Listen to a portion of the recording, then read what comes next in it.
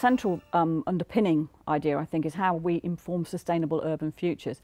It very much picks up from the other theme in this UOA, in as much as it develops the ideas of sustainability, trust, ethical behaviours, etc., into the context of community, the broader community and the future of communities.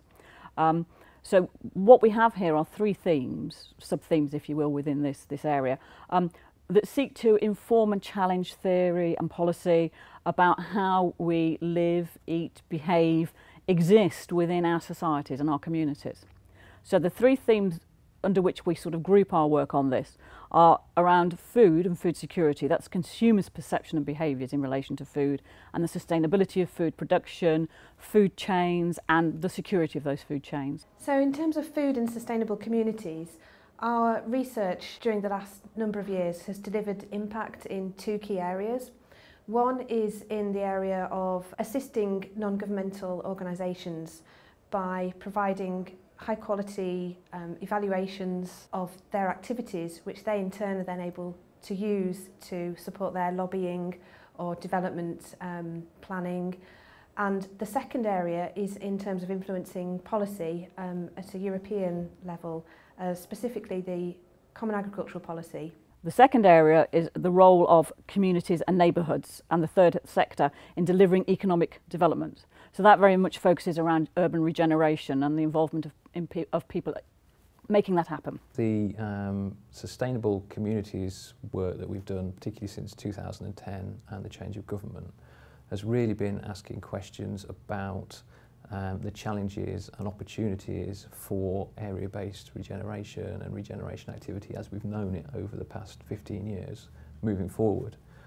So really looking at the impact of changes in direction brought about by the coalition government in terms of emphasising economic growth over some of the other aspects that were important under previous Labour governments, and looking at the way in which the voluntary sector might become more involved in that process, taking advantage of things out of the big society, for example, because this is obviously an evolving policy area and is going to continue to do so up to and after the next election. So really it's going to be an ongoing process for us to look at this and to monitor the way in which regeneration policy evolves really into the future. The third theme is industrial policy and sustainable economic growth. So you can see how they're sort of interlinked. But in this particularly, we've done work around low carbon vehicles and the potential economic opportunities involved in the development of low carbon vehicles in relation to traditional manufacturers, but also looking, and I think this is one of the sort of the key contributions of this area, looking at knowledge sharing collaboration, particularly around what will persuade people to buy electric vehicles, what will persuade them to engage with this more sustainable form of transport. We've had some funded research that's trialled electric vehicles in the West Midlands region, and the research that we did there has found that electric vehicles do have a role to play in urban environments, urban settings, but also wider rural communities as well for certain types of journey.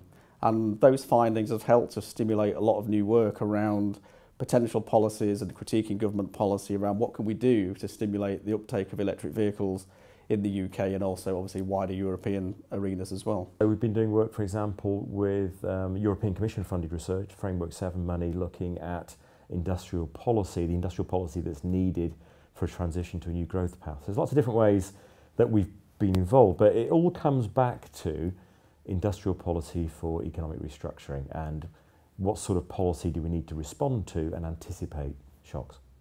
Another area in which we've sort of done quite a bit of work is looking at the economic restructuring in the car industry, how that's having an impact, and our work has been picked up by a number of different industry groups. So recent report by the Smith Institute, for example, and KPMG referenced a lot of our work in terms of how the industry is changing. We'd been banging on about industrial policy and its role for a long time, about how important it is to have an industrial policy, and you can't just all leave it to the market.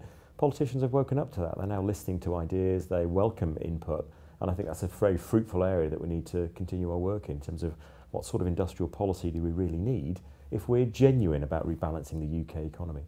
I think the agendas that are involved in this area of research are ones that everybody is beginning to take very, very seriously. People recognise that we need to have sustainable and resilient communities, food supplies, transport, etc., etc. And I think everybody recognises that needs to happen, but we aren't necessarily yet clear about what we need to do to achieve that in all the different circumstances that people across the world find themselves in.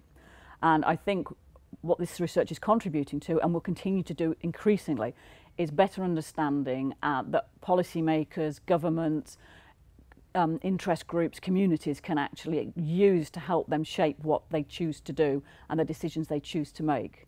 And I think what we are bringing to the forefront, which will again become increasingly important, is that these things need to be from the bottom up. That you can't impose these things on people. People have to have a share in this.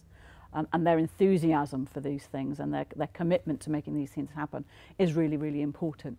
So I see this as very much as a growing agenda, absolutely crucial areas, you know, for everybody.